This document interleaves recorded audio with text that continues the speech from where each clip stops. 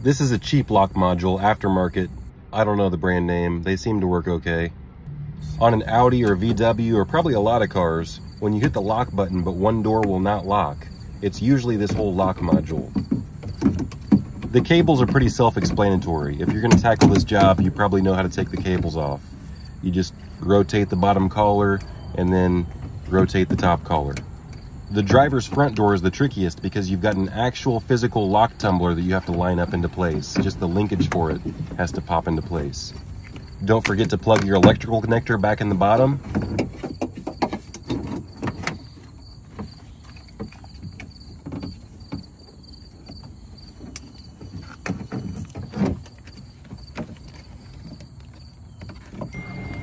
That's someone else's phone. Texting has its place, but are you one of those people that just text back and forth incessantly all day?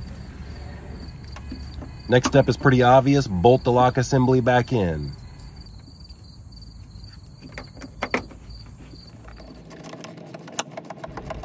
You're going to need a set of triple square bits and a T25 and some trim prying tools and some careful, delicate touch. Door panel goes on next. It's got a quick release locking connector mechanism. You got to pull up this slide before you pull it out.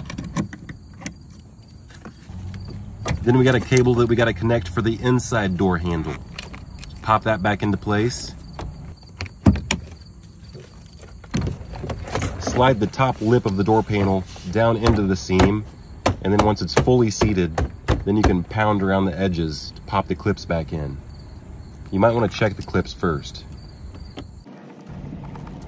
Now I'm screwing the T25 bolts in. Make sure you get to all the bolts. You can see all the bolts here. There's a couple of them underneath the wood trim. There's a couple of them underneath the handle trim, and there's one at the very bottom. You got that? Good. Well, some cars have metal for the top door handle trim. Be very careful with it. If it's wood, you can crack it. To pop the plastic trim out underneath this window switch, there's a hole. You can insert a pick and you can carefully pull it. That's how you pop it out. All done. Verify your repair, see if the door locks, and you're finished.